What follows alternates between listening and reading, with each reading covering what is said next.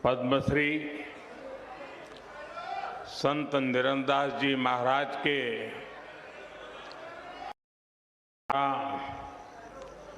सौभाग्य है।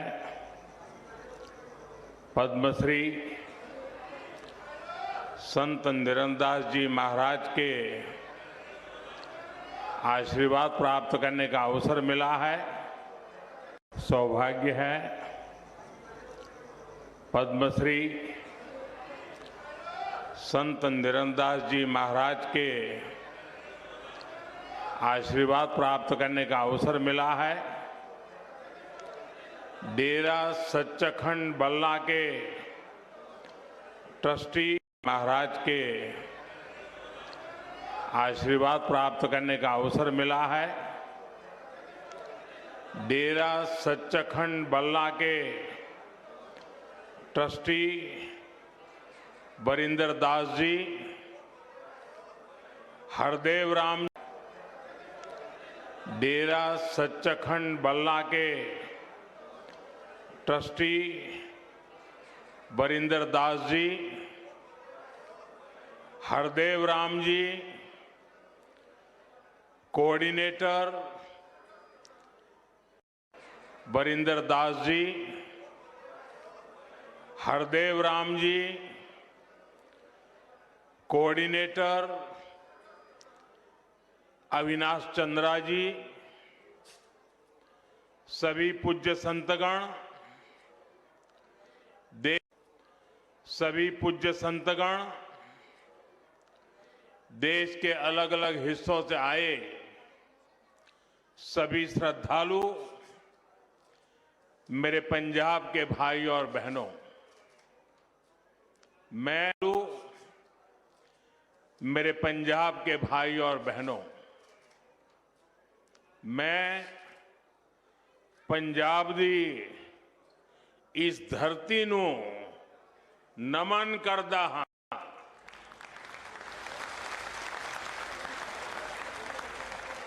आज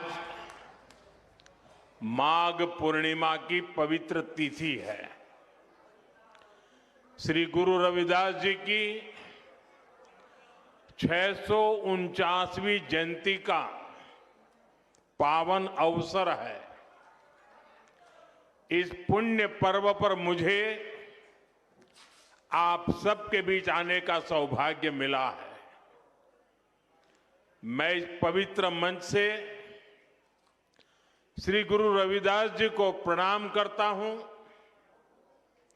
मैं आप सभी को मनाई देता हूं। भाइयों बहनों, आप श्री गुरु रविदास जी को प्रणाम करता हूं। मैं आप सभी को और सभी देशवासियों को संत रविदास जयंती मनाई देता हूं। भाइयों बहनों,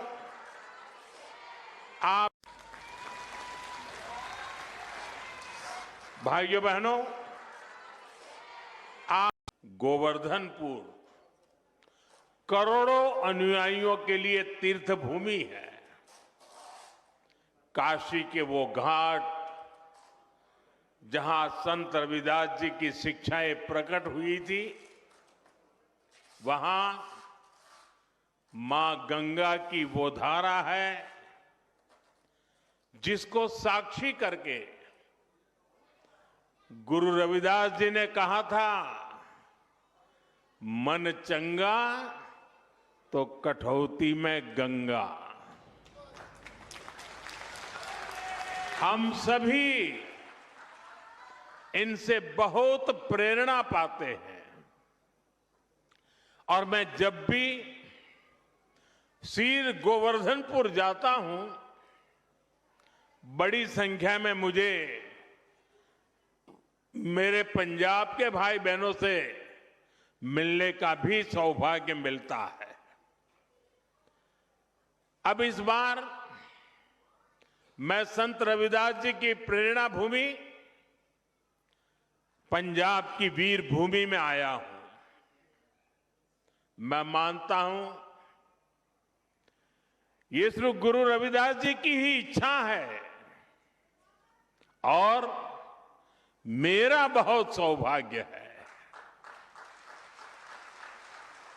मैं इस आयोजन में मुझे निमंत्रित करने के लिए डेरा सचखंड बल्ला का आभार व्यक्त करता हूं, प्रणाम करते हुए अभिनंदन करता हूं। संत श्री पीपलदास जी, संत श्री सरवनदास जी और इस परंपरा के ऐसे सभी संत जिनके प्रयासों से श्री गुरु रविदास जी के विचार जन जन तक पहुंचे हैं। मैं उन सभी संतों को भी श्रद्धापूर्वक प्रणाम करता हूं। साथियों, समाज सेवा के क्षेत्र में डेरा सचखंड बल्ला के कार्य बहुत सराहनीय रहे हैं। शिक्षा, स्वास्थ्य से जुड़े अनेक कार्य पूज्य संत श्री निरंजन दास जी महाराज के मार्गदर्शन में अविरत हो रहे हैं। उनके नेतृत्व में दुनिया के कई देशों में श्री गुरु रविदास जी के विचारों का प्रसार भी हुआ है। इस योगदान को सम्मान देने के लिए अभी हाल ही में हमारी भाजपा की केंद्र सरकार ने पूज्य संत श्री निरंजन दास जी महाराज को पद्म पुरस्कार से सम्मानित किया है। इस अवसर पर मैं उन्हें आदरपूर्वक नमन करता हूं। उनके सभी अनुयायियों को इस सम्मान के लिए बधाई देता हूं। सभी संतजन इस पवित्र पर्व पर मैं आप सबके बीच एक व्यक्तिगत कृतज्ञता भी व्यक्त करना चाहता हूं। अभी कुछ ही महीने पहले पूज्य संत निरंजन दास जी महाराज और संतों के स्नेह से मेरे जन्मदिन पर डेरा सचखंड बल्ला में अरदास हुई थी। मेरे लिए ये सामान्य बात नहीं है, मेरे जीवन में बहुत विशेष बात है। संत रविदास जी ने हमें सेवा का जो मार्ग दिखाया है, उस प्रेरणा को इससे और ऊर्जा मिली है। मैं इस स्नेह के लिए आप सभी का हृदय से बहुत बहुत धन्यवाद करता हूं। साथियों, आज मुझे एक और बात की भी खुशी है। अब से थोड़ी देर पहले ही संत रविदास जी के नाम पर आदमपुर एयरपोर्ट का नया नामकरण हुआ है।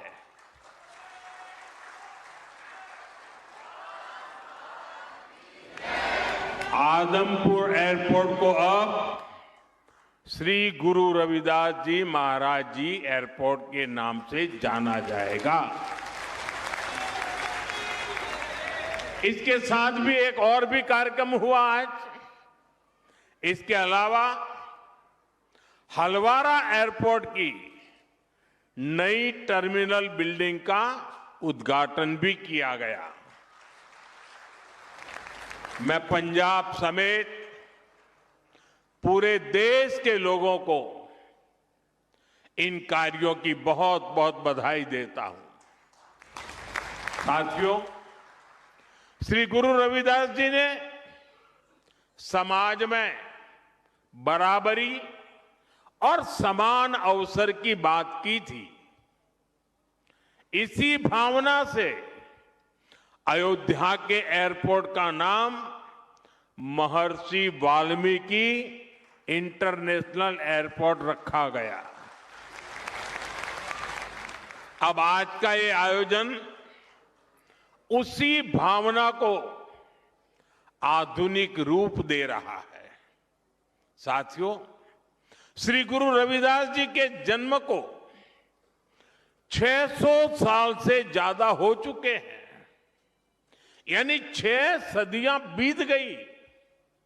आप देखिए, उस दौर में भारत ने कितने विदेशी आक्रमण झेले, कितनी हिंसा और अस्थिरता झेली। एक और बाहरी हमले तो दूसरी ओर भीतरी चुनौतियां, और ऐसे कठिन समय में काशी में रविदास जी जैसे संत का जन्म हुआ था। उन्होंने समाज को झकझोरा। उन्होंने हमें सिखाया,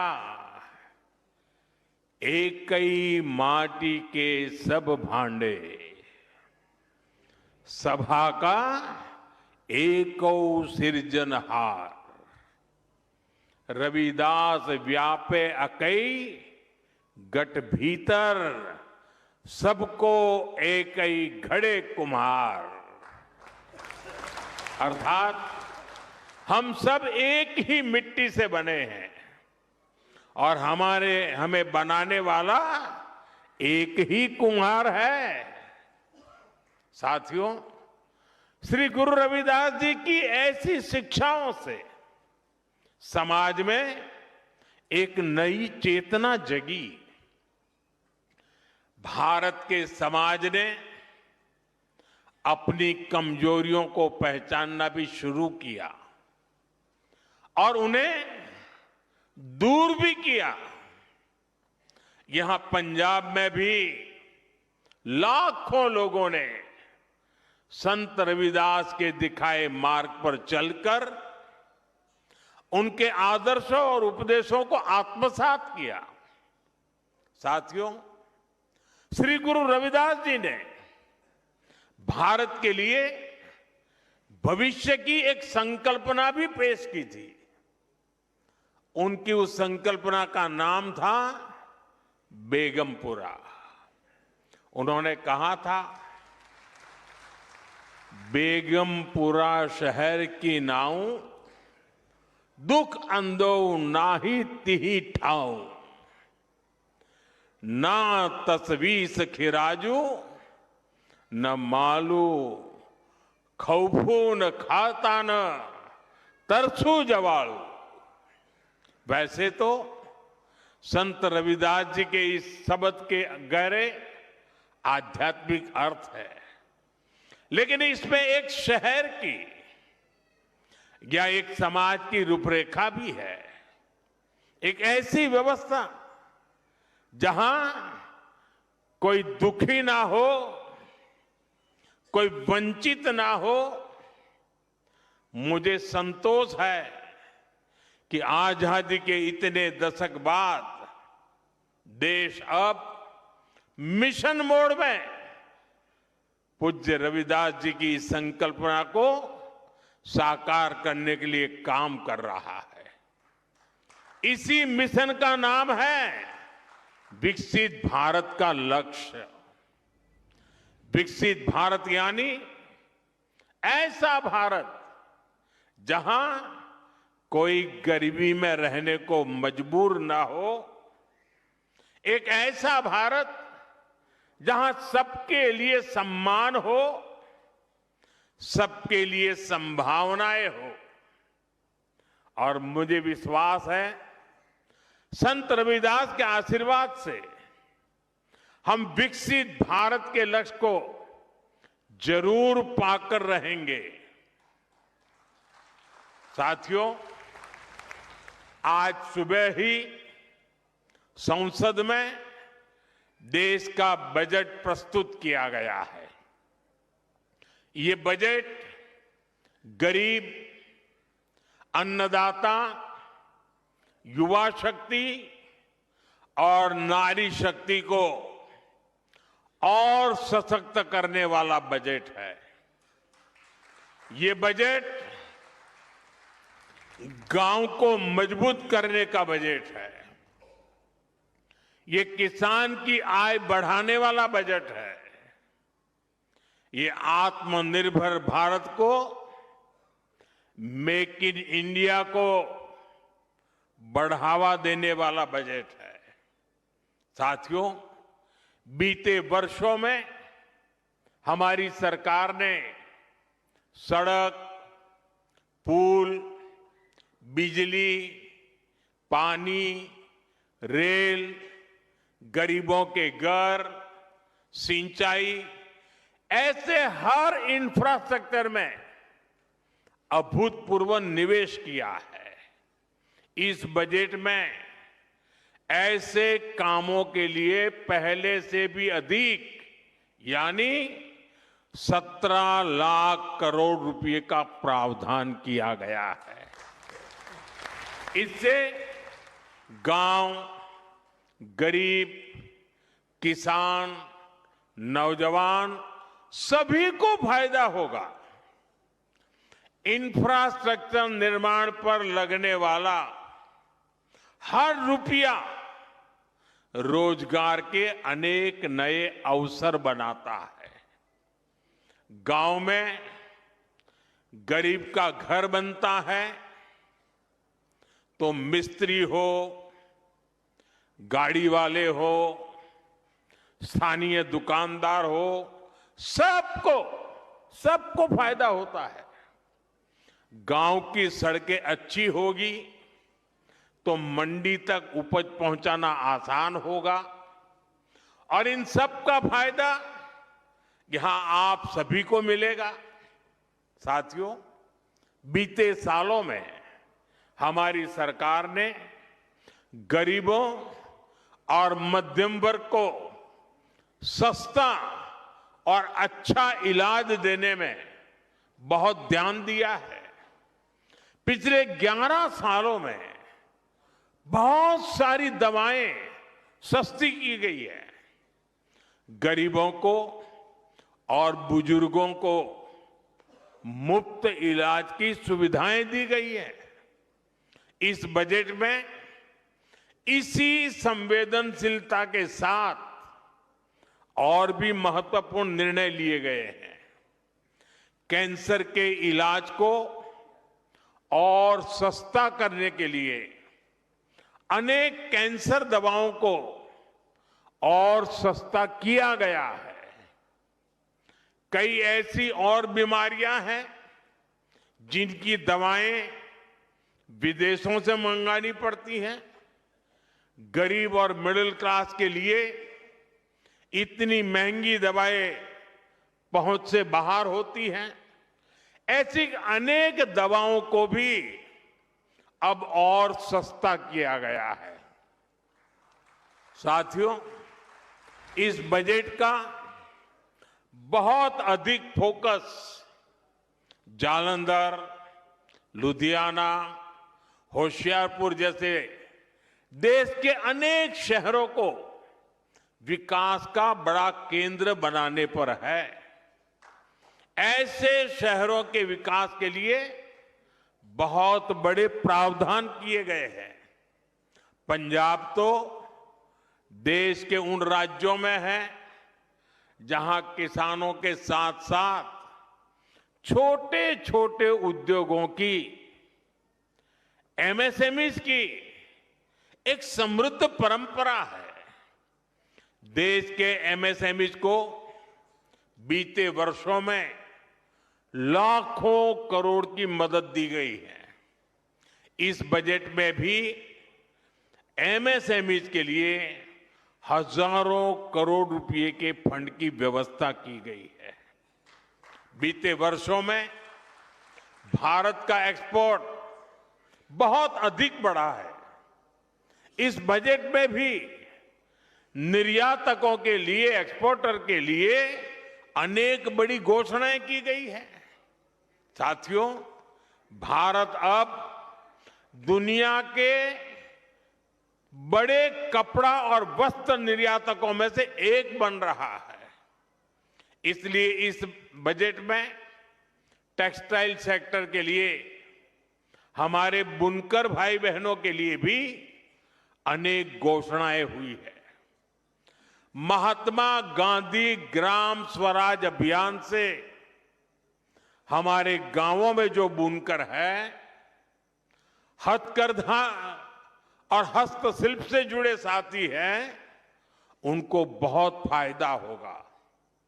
कपड़ा क्षेत्र में ज्यादा से ज्यादा रोजगार बने, इसके लिए प्रोत्साहन का भी प्रावधान किया गया है। देश में और भी कई मेगा टेक्सटाइल पार्क बनाए जाएंगे। इससे कपास किसानों से लेकर श्रमिकों तक हर किसी को फायदा होगा। साथियों, बजट का एक और फोकस एरिया खेल है, स्पोर्ट्स है, और पंजाब तो इसमें बहुत आगे है। इस बजट में खेलो इंडिया मिशन की घोषणा की गई है। इसके तहत आधुनिक इंफ्रास्ट्रक्चर तो बनेगा ही, साथ ही जो कोच है, सपोर्ट स्टाफ है, स्पोर्ट्स साइंस है, इससे जुड़े प्रोफेशनल्स भी तैयार किए जाएंगे।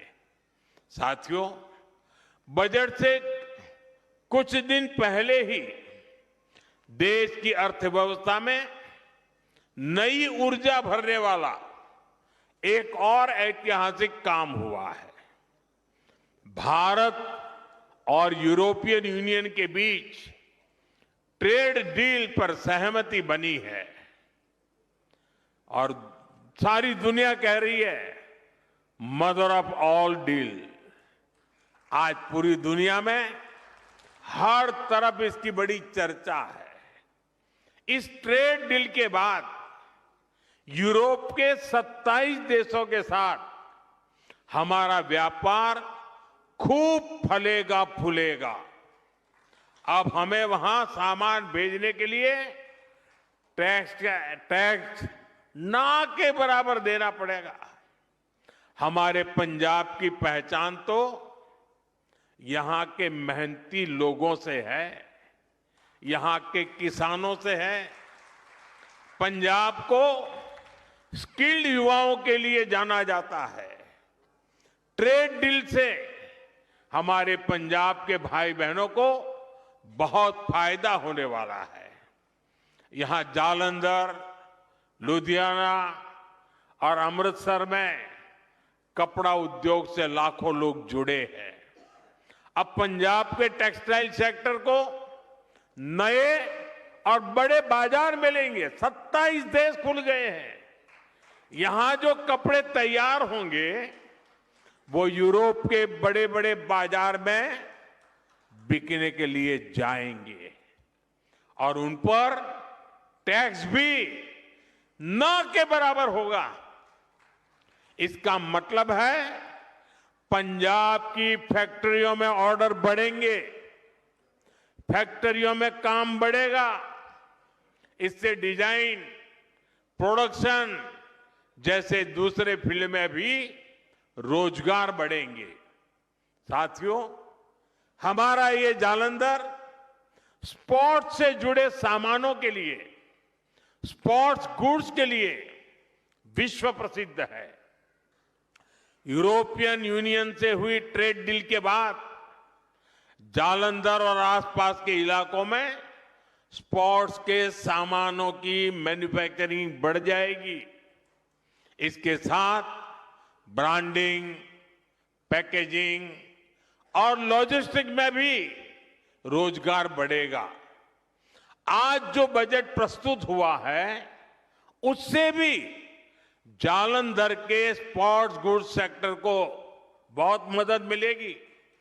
साथियों, पंजाब खाद्यान्न के उत्पाद में भी आगे है। ट्रेड डील से हमारे प्रोसेस्ड फूड और आसानी से यूरोप के मार्केट तक पहुंचेंगे। इससे मोगा, फिरोजपुर, होशियारपुर और बठिंडा जैसे इलाकों में किसानों को बहुत फायदा मिलेगा। ये व्यापार समझौता पंजाब के युवाओं के लिए, किसानों के लिए बहुत बड़ा अवसर लेकर आया है और मुझे विश्वास है श्री गुरु रविदास जी के आशीर्वाद से आप सभी को इसका भरपूर लाभ मिलेगा।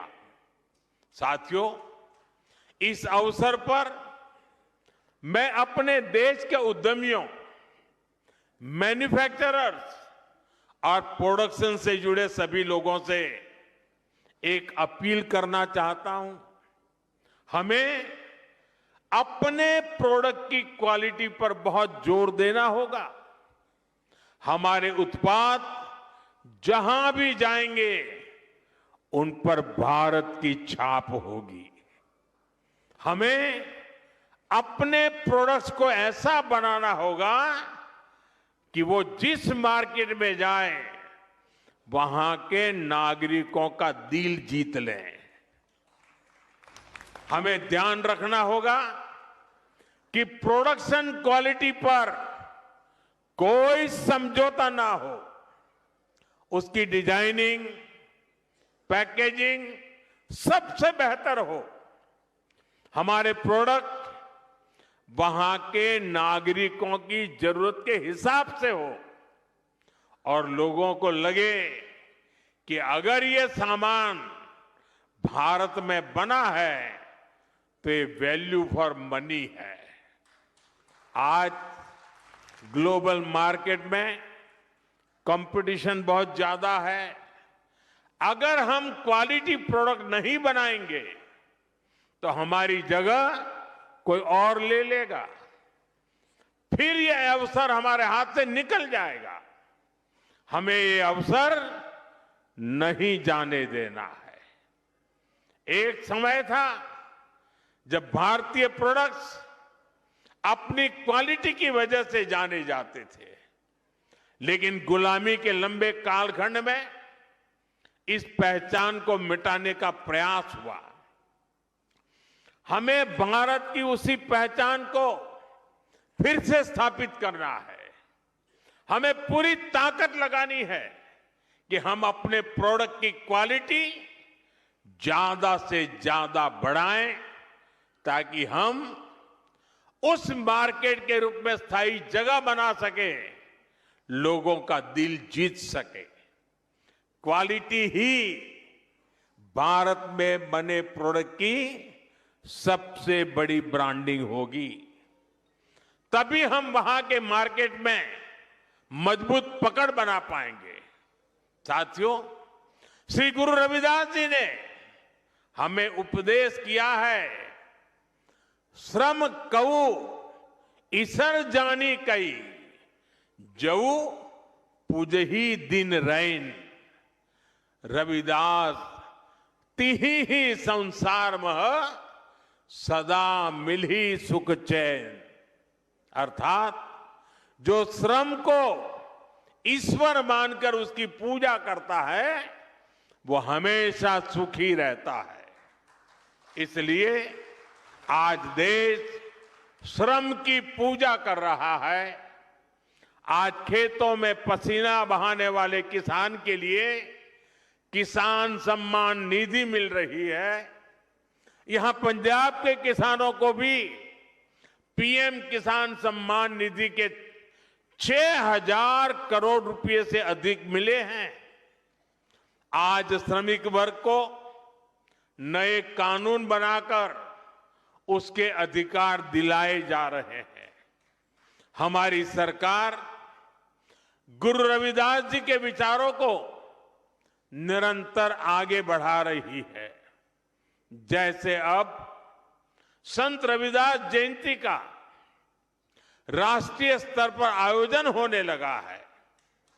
कई राज्यों ने इसे आधिकारिक मान्यता दी है। उनकी स्मृति से जुड़े स्थलों पर फोकस किया गया है।